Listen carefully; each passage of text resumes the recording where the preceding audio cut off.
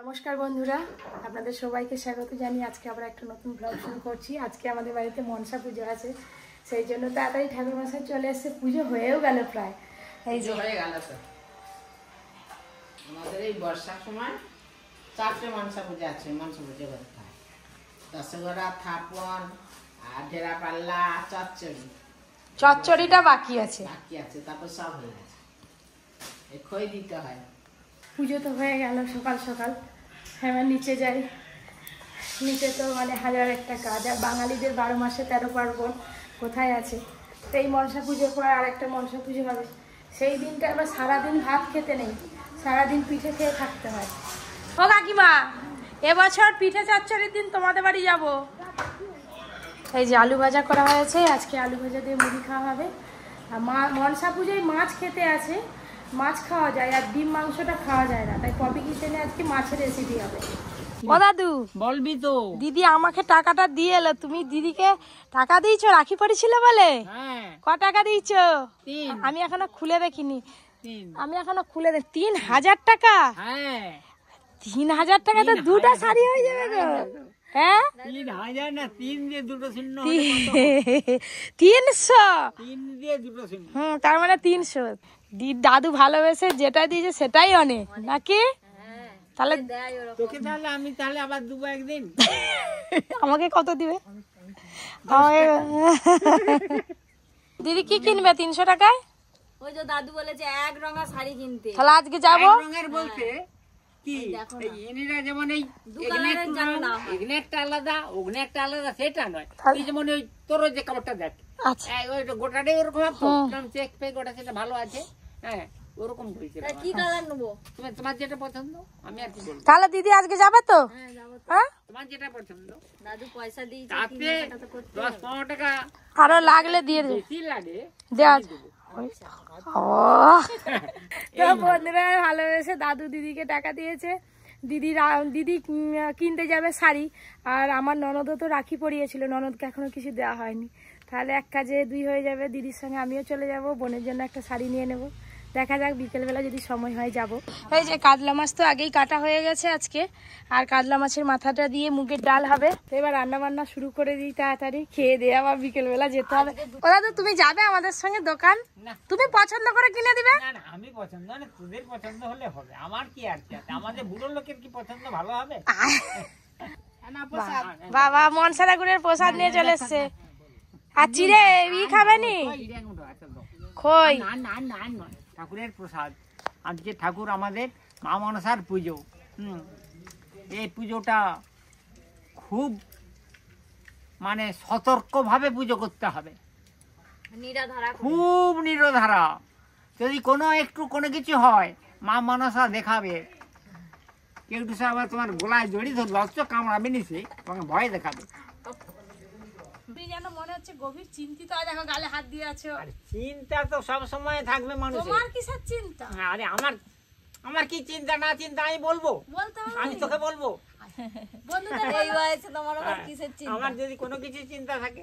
Hello বন্ধুগণ, আজকের menu আমাদের এখানে হচ্ছে কাতলা মাছের মাথা দিয়ে মুগের ডাল। তাই কাতলা মাছ বড়, তার মাথাটা এতখানি মাথাটা, সেই মাথাটা দিয়ে মুগের ডাল। হ্যাঁ, আর এত বড় বড় মাছের পিস, হ্যাঁ সেই পিসের ঝাল, মাছের ঝাল। হ্যাঁ ওই ঝাল কালিয়া একই। কাতলা মাছের মাথা দিয়ে মুগের ডাল, এরকম ডাল দেখলেই অনুষ্ঠান বাড়ির কথা মনে হয়ে পড়ে। আগে এরকম মাছের মাথা দিয়ে মুগের ডাল, আলু ভাজা, শাক ভাজা, দাদু পুঁই শাকের ঘন্ট, আর সেই কুমড়ো চোপা, আর ওই আলু চোপা, একটা ছেঁচকি, ওগুলো খাই। এই যে খাওয়া চলছে আপনারা দেখলেন। আর কি বলবো, এবার খাওয়াটা শেষের পথে। আমি জানি দাদুর আরেকটু ডাল লাগবে। দিদি দাও তো। দাদু যেমন চাটনি খেতে ভালোবাসে, তেমন ডালও খেতে খুব ভালোবাসে। এত বড় মাছ, তার চামড়াটাই এরকম মোটা, এই চামড়াটা খেতে আমাকে খুব ভালো লাগে। চামড়াটাই ভালো লাগে। সকাল থেকে তো প্রচন্ড রোদ বেরিয়েছে, কিন্তু এই যে এখন দেখছি মেঘের আওয়াজ।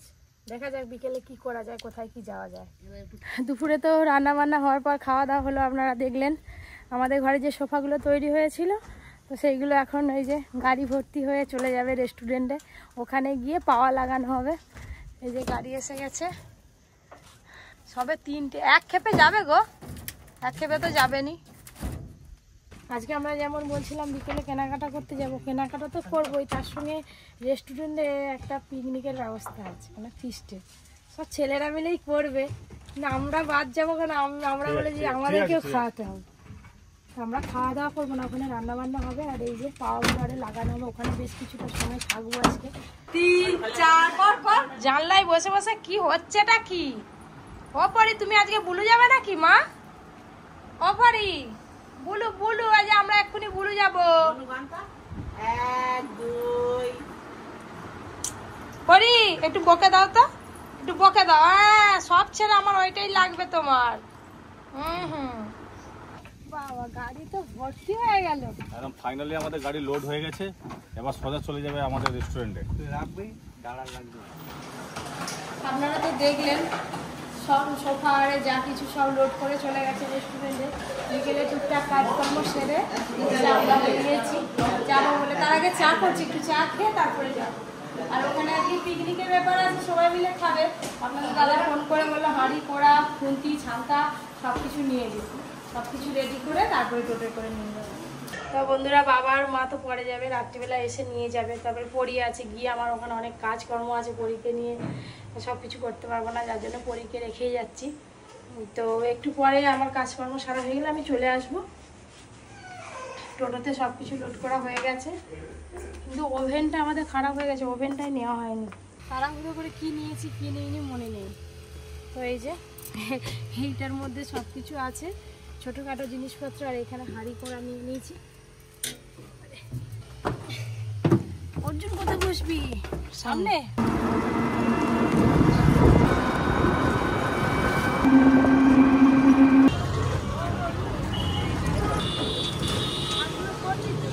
মনে হলো যেন আমি অনুষ্ঠান বাড়ি রান্না করতে এসেছি, সব কিছু নিয়ে। এই দেখুন চলে এসেছি রেস্টুরেন্টের সামনে, এবার নেমে দেখি ভেতরে কতদূর কি হলো, আপনাদেরও দেখাবো ঘুরিয়ে।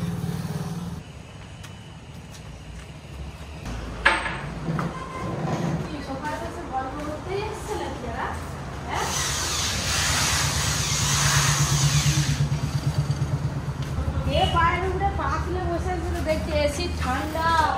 হ্যাঁ, কিন্তু জ্বর অবস্থায় তুই এলু। হ্যাঁ, বল বল সকাল বল, তুই হচ্ছে মালিক, রেস্টুরেন্টের মালিক আমাদের অর্জুন। বাবা এসি কি নিয়ে এসে চালিয়ে দিয়েছো? না এই মুখটা শুকনো এখনো সেটআপ চলছে, এখনো পর্যন্ত সেটআপ হয়নি। আজকে সারা দিয়ে কাজ হবে। আর টোটোটা আনলোড কে করবে? শুধু তো হাঁড়ি করা। তো বন্ধুরা, আমার হাল দেখতে পাচ্ছেন কিরকম অবস্থা। 1 মাস ধরে আমার অবস্থা টাইট, এটাকে সেটআপটাকে দাঁড় করাতে যা সেটআপ করে দিয়েছি।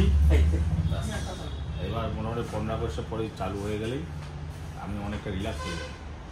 আজকে মোটামুটি সারা রাত জেগে কাজ করে সব রেডি হয়ে যাবে। এই বড় লাইট গুলো অফ করো না, একবার দেখি কেমন লাগছে।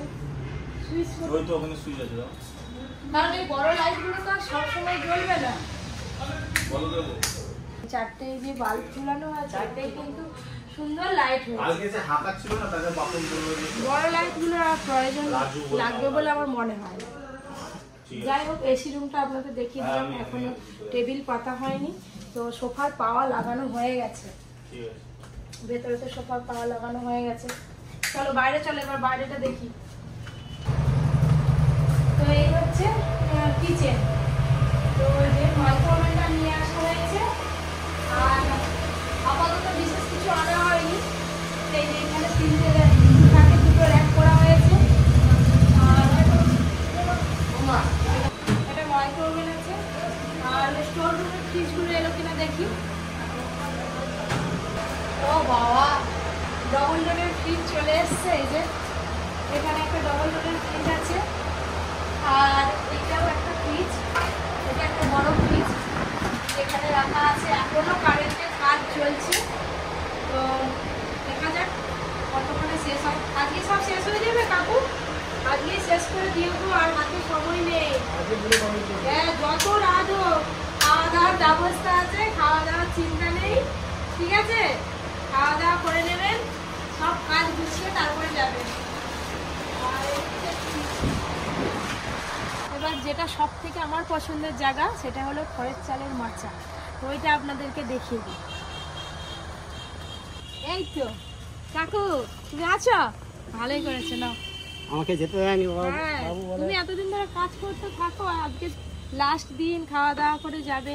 এই দেখুন গাছটা দেখুন, গাছটা কিরকম লাগছে দেখুন, ওই ওপর পর্যন্ত সুন্দর করে লাইটিং দেওয়া হয়েছে, লাইট দিয়ে সাজানো হয়েছে। আর এই যে খড়ের ছাউনি হয়েছে কিন্তু ফিনিশিং এখনো হয়নি, এই যে এইগুলো তো কেটে ফিনিশিং করতে হবে। ভেতরে যে লাইটের কাজ, তো সেই লাইটের কাজ চলছে এখন লাইটিং। ও কাকু একবার এই লাইটগুলো অফ করা যাবে? শুধু ওই নাইট বাল্বগুলো ওইগুলো জ্বলবে, দেখি কেমন লাগে। বাহ, আর এইখানটায় যদি একটা ঝাড় দেওয়া যেত বন্ধুরা, তো এইখানটা তো বাইরে পুরো ফাঁকা জায়গা, ফাঁকা এরিয়া, তো এইখানে ঝাড় দেওয়াই যাবে না বাইরে। এই যে কাঠের চেয়ার আর টেবিল হয়ে গেছে, এইগুলো এবার সুন্দর করে বসো, তুমি তো আমাদের স্যার, বসুন বসুন স্যার, দেখুন বসুন। কি খাবেন? মেনু কার্ড আনবো? কি খাবেন বলুন? চা, কফি, বিরিয়ানি, এগরোল। তো এই মাচাটা কেমন হয়েছে? এই মাচাটা আরো সুন্দর করে লাইট দিয়ে সাজানো হবে। মাচাটা কেমন হয়েছে আপনারা অবশ্যই কমেন্ট করবেন। আর এই যে বাঁশের চেয়ার টেবিল হয়েছে, এইগুলোকে সুন্দর করে ভালো করে ঘষে এর উপরে কাঠের রং দেওয়া হবে। আর এই কাঠ বাঁশ যাতে ঘুণ না আসে তার জন্য ঘুণ তেল মাখাতে হবে, আমাদের বাড়িতে যেরকম হয়েছিল। ধারের খড়ের চালগুলো তো কাটিং করতে হবে, উপরে এখনো বাকি। ও আবার একটু রয়ে গেল, উপরটা একটু ফাঁকা রয়ে গেছে, আবার কালকে কাজ হবে। ভালো হয়েছে, আমার তো ভীষণ পছন্দ হয়েছে।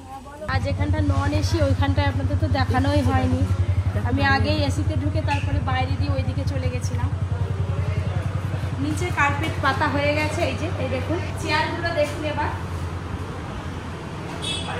সুন্দর করে চেয়ারগুলো এখন পাতা আছে, এই টেবিলগুলো ভেতরে পাতা হবে। এই হচ্ছে পুরো রেস্টুরেন্টটা ঘুরিয়ে আপনাদের দেখিয়ে দিলাম। এই দেখুন উপরটা দেখুন, এই দেখুন বন্ধুরা টেবিল পাতা হয়ে গেছে না, এখন তোলার দরকার নেই, থাক। তো ঠিকঠাক আছে তো, মানে তুই চামচে করে তুলে খেতে পারবি তো? হাইটটা ঠিক আছে? হ্যাঁ আমি তোর থেকে ছোট, দেখি বাবাই তো বসলে আর উঠতে ইচ্ছে করবে না।